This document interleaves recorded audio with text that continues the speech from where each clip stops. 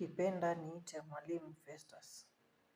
Leo tunazungumzia tachycardia with pulse algorithm.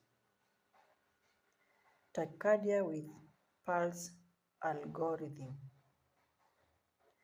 Kitu ya kwanza ni tunazungumzia ni stable tachycardia. Ikiwa na narrow QRS complex, kitu ya kwanza unajaribu fungal maneuver. Alafu fungal maneuver ikishindikana unatumia adenosine. Na adenosine inatumika wakati kuna regular rhythms. Alafu adenosine ikishindwa unatumia beta blockers ama calcium channel blockers.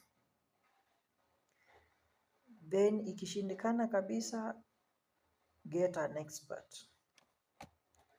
The other way, ukiwa na stable tachycardia lakini with wide regular monomorphic QRS complex, kitu ya kwanza hautaanza na fungal maneuver, utaanza na adenosine.